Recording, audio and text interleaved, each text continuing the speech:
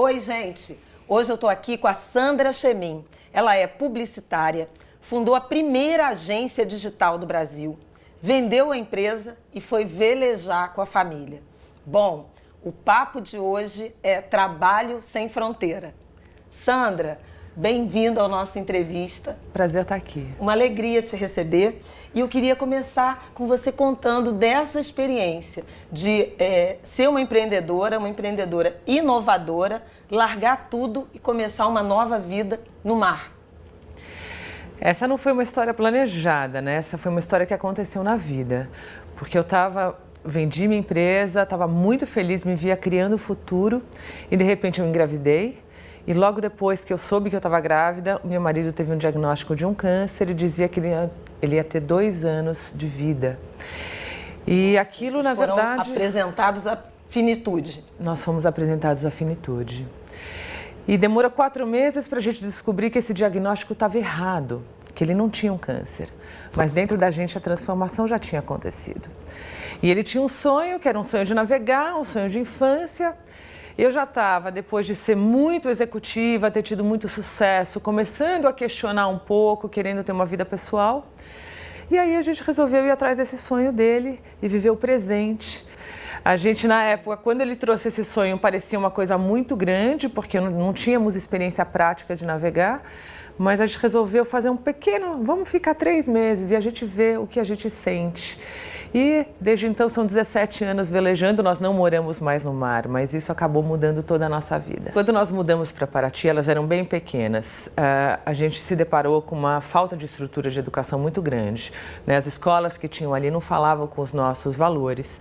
Então, quando a gente chegou em Paraty, a gente convidou um grupo de pais para irem na nossa casa e começar a conversar. Que tipo de valores a gente gostaria de ensinar para as nossas filhas? Isso acabou gerando, a gente acabou fundando uma escola Waldorf, que hoje tem 14 anos, continua em Paraty, chama Escola Waldorf Quintal Mágico, e a gente desenhou essa escola com 2 princípios. A primeira é que a escola não tivesse donos. É uma construção coletiva. É uma construção coletiva. Isso desde o estatuto a gente queria, porque a gente não se imaginava vivendo a vida inteira em Paraty. A gente achava que era um lugar para a primeira infância das nossas filhas, mas a gente queria deixar uma escola para a cidade. Então a gente desenhou, junto com outros casais, nós éramos 6 casais, uma escola que fosse gerida de uma maneira participativa pelos pais e professores. E o segundo princípio da escola é que fosse Brasil real. Então, metade dos alunos pagam e metade não pagam até hoje, com todos os desafios que você pode imaginar. Mas aí, quando a mais nova tinha 4, a mais velha 7, vocês resolveram navegar novamente? Nós resolvemos voltar para o mar. O Lucas tinha esse desejo, eu acho que inconscientemente ele tinha essa coisa de talvez eu não tenha amanhã, então ele tinha um impulso muito grande de continuar. E aí nós então fomos e ela já tinha idade escolar. E a única maneira de você ser livre com filhos em idade escolar é se a escola for com você.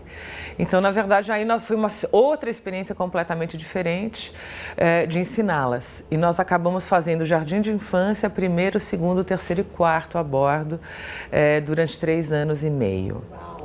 E foi, para mim, uma das melhores experiências da nossa viagem. Ter alfabetizado a Júlia, ter levado a Clara para o fundamental, foi uma coisa linda. E a Escola Waldorf, você não tem apostila. Na verdade, é um método de ensino onde o professor faz a aula mesmo. Isso queria dizer que a gente tinha que aprender aquilo que a gente ia ensinar, tinha que fazer lousa. Nós tínhamos lousa no barco, né? Uma salinha de aula. O salão do barco, ele virava uma sala de aula. A gente colava, a gente tinha um velcro e colocava a lousa e depois tirava para quando a gente ia navegar, enfim. E aquilo para nós foi muito marcante, porque eu acho que a única coisa que a gente ensinou às meninas, na verdade, foi o que a gente sentia. Nossa, olha que demais é aprender. Eu acho que conteúdo, na verdade, isso é uma coisa importante, mas foi muito mais o deslumbre do que E vocês aprender. usavam a experiência do mar, o conhecimento, como elemento pedagógico? Sempre que possível. A gente ia fazer, por exemplo, uma travessia, quando a gente atravessou o Pacífico. Nós fomos falar sobre James Cook, como que foi esse navegador que foi pela primeira vez descobrir a Austrália, Nova Zelândia, enfim, que experiência é essa, o que é navegar. Então a gente parava numa ancoragem, a gente ia ensinar sobre cartografia, geografia, então ia fazer todo o desenho daquela ancoragem, quantos metros tem de profundidade. A gente procurava sempre trazer a experiência da vida, né? É uma escola da vida, a vida apresenta oportunidades de conhecimento, de aprendizado todo o tempo, né? O que você acha que as suas filhas ganharam com esse modelo de educação fundamental, básica, e o que elas perderam de não estar numa escola convencional? Elas adoram estudar e adoram aprender, na verdade. Elas têm isso, elas veem valor nisso. Eu acho que o fato da gente ter feito a escola e as ensinado, colocado tanto da nossa energia, a gente mostrou que isso era algo importante. Naturalizou, né, a aprendizagem, né? Então elas acham isso importante, elas são extremamente curiosas e eu não tenho o menor problema com o conteúdo porque eu sei que elas vão sozinhas atrás do que as interessam. Então eu acho que a gente deu para elas você pode ir atrás das coisas que você se interessar. Elas aprendem muito fazendo, que eu acho que também é uma coisa bacana, e elas aprenderam naturalmente, elas estão no mundo, né? Elas aprenderam a valorizar culturas diferentes, a entender que o nosso ponto de vista é apenas um, tem tantos outros, tem tantas outras formas de viver e de ser no mundo. Eu acho que naturalmente elas tiveram menos contato com outras crianças, né? Então, por mais que a gente tenha mudado a nossa rota inúmeras vezes, quando a gente achava outras famílias com filhos em idades próximas para estar junto, mas naturalmente eu acho que essa parte da socialização, ainda mais vindo de um país como o Brasil, que tem isso tão forte, sim, na cultura. E a experiência de Paraty, né? Agora, vocês se prepararam muito, né, para assumir esse papel de educadores. Não é qualquer pai, qualquer mãe que podem assumir a educação dos filhos ou assumirem sem premissas, sem uma aprendizagem anterior. Eu acho que qualquer um pode, desde que, primeiro, tenha consciência da energia que isso dá. Isso era grande parte da nossa viagem, foi nisso. A gente realmente punha muito do nosso tempo, muito da nossa intenção. A gente, quando não sabia alguma coisa, a gente ia atrás de tutores, nós tivemos muito apoio. Então, eu acho que assim, para você fazer algo diferente, você precisa saber muito. Não necessariamente você precisa ter uma formação. Eu não sou professora, não sou educadora, mas eu tinha noção de até onde eu podia ir sozinha, eu tinha a noção de pedir ajuda. A gente hoje tem muitas comunidades de pais, por exemplo, que decidem seguir esse caminho, que se ajudam, que compartilham. Mas eu acho que precisa ir atrás e pôr uma energia alta nisso. Não é uma coisa que deixa o filho ali fazendo na apostila. Agora eu preciso saber como é que vocês chegaram à Nova Zelândia. Como é que a Nova Zelândia entrou nessa trajetória? Na verdade, nós não tínhamos planos de morar na Nova Zelândia, né? Ela era parte da nossa rota de navegação nessa segunda viagem. Tem uma época do ano que você não navega, que é a época dos furacões, que no Pacífico Sul vai de novembro a abril. É uma época que normalmente você procura abrigo. E a Nova Zelândia é um dos principais pontos que todos os navegadores que fazem essa rota param. Então nós só paramos por isso, ia ser alguns meses, e aí nós ouvimos que tinha uma escola Waldorf próxima. A gente falou, poxa, de repente elas podiam aprender inglês, que elas não falavam inglês, a gente pode ficar aqui, elas ficam um termo, 3 meses, e elas aprendem inglês. E elas foram para a escola e imediatamente, depois de uma semana, parecia que elas estavam em casa. E depois de 3 meses nós já estávamos assim muito integrados e a gente resolveu, bom, de repente a gente fica um ano e aproveita e conhece esse país que parece ter uma cultura bastante única. Não é só a natureza que é o máximo, como todo mundo sabe, não é só a qualidade de vida, que outros lugares também têm, e nós fomos também em outros lugares bonitos, mas eu acho que os valores humanos ali, né, o senso de comunidade, talvez por ser uma ilha tão isolada do mundo, eles sabem que eles precisam estar juntos, e a comunidade Maori, eu acho que talvez de todos os países que eu já vi, é o lugar que mais preservou a sua cultura tradicional, naturalmente com vários desafios também, mas você sente uma coisa de cultura tradicional do lugar que eu nunca tinha visto antes. Falei, poxa, eu gostaria que as minhas filhas crescessem num lugar com esses valores, sabe? Aí, quando é que vocês decidiram morar lá?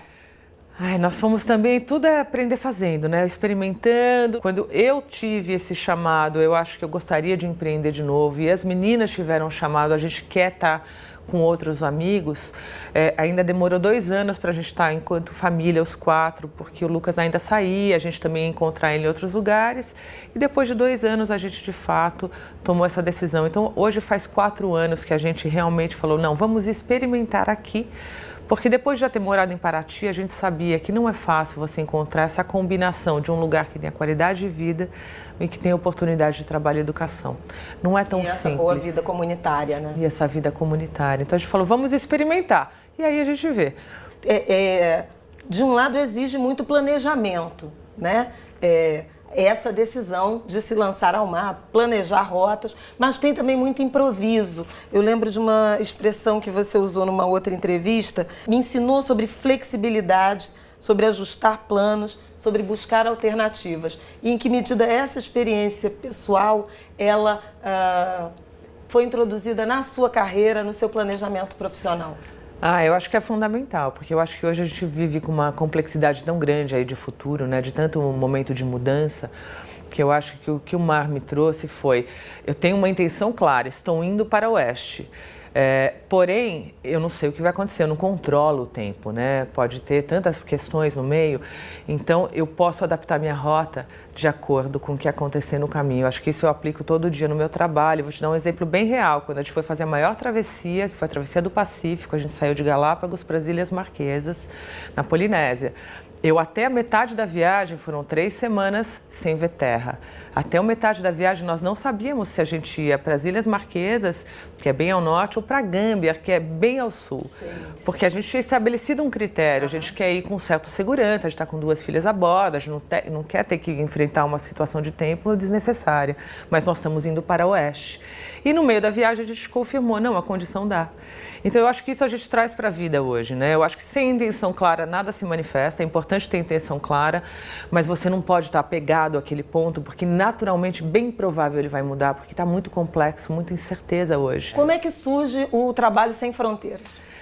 O Trabalho Sem Fronteiras já começou em Paraty, em 2005. Eu já comecei a trabalhar remotamente de lá com São Paulo. Eu vinha várias vezes. Eu já comecei a trabalhar com negócios de impacto. Então, um dos projetos que eu me envolvi foi fazer o planejamento estratégico da Ashoka, que é uma organização de empreendedores sociais, em 2007.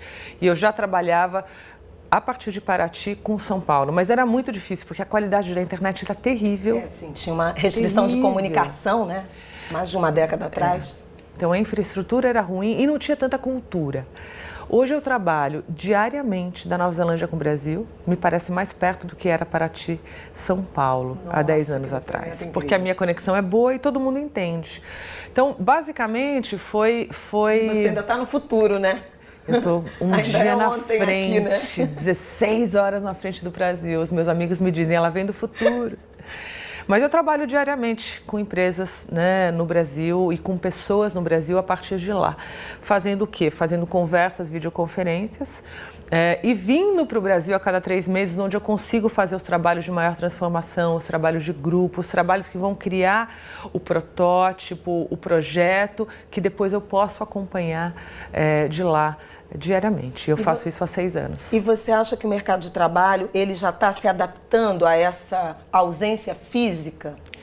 Eu acho que isso lá fora já é mais comum e no Brasil está acontecendo. Isso tem muita ressonância com o momento que a gente vive, porque as pessoas no trabalho muito desengajadas, muito frustradas.